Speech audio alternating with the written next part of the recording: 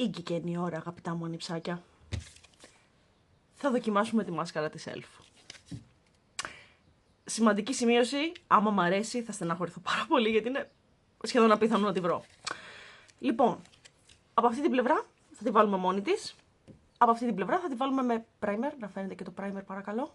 Ευχαριστώ. Θα τη βάλουμε με primer, γιατί κατά 99% των φορών που βάζω μάσκαρα, βάζω primer. Οπότε να της δώσουμε μια ίση ευκαιρία. Τι έπαθε θεία Ιωάννα, εγκεφαλικό θα πω.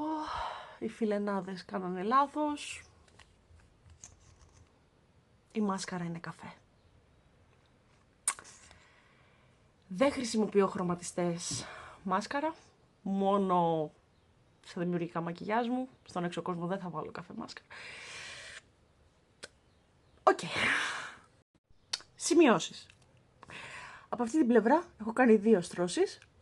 Οπότε βλέπετε, ενώ έχει δώσει ένα πιο έτσι δραματικό εφέ, μου έχει κολλήσει τις βλεφαρίδες μεταξύ τους.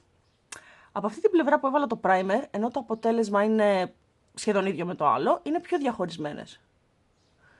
Έχει φοκουσάρει κάμερα, λίγο θολή μου φαίνεται. Τέλος πάντων. Δεν έχω βάλει βάση, δεν έχω βάλει primer, ενώ στο πρόσωπο τίποτα, είναι απλά η μάσκαρα. Τα καλά νέα είναι ότι δεν φαίνεται καφέ, οπότε θα τη βάλουμε στον έξω κόσμο. Αυτά.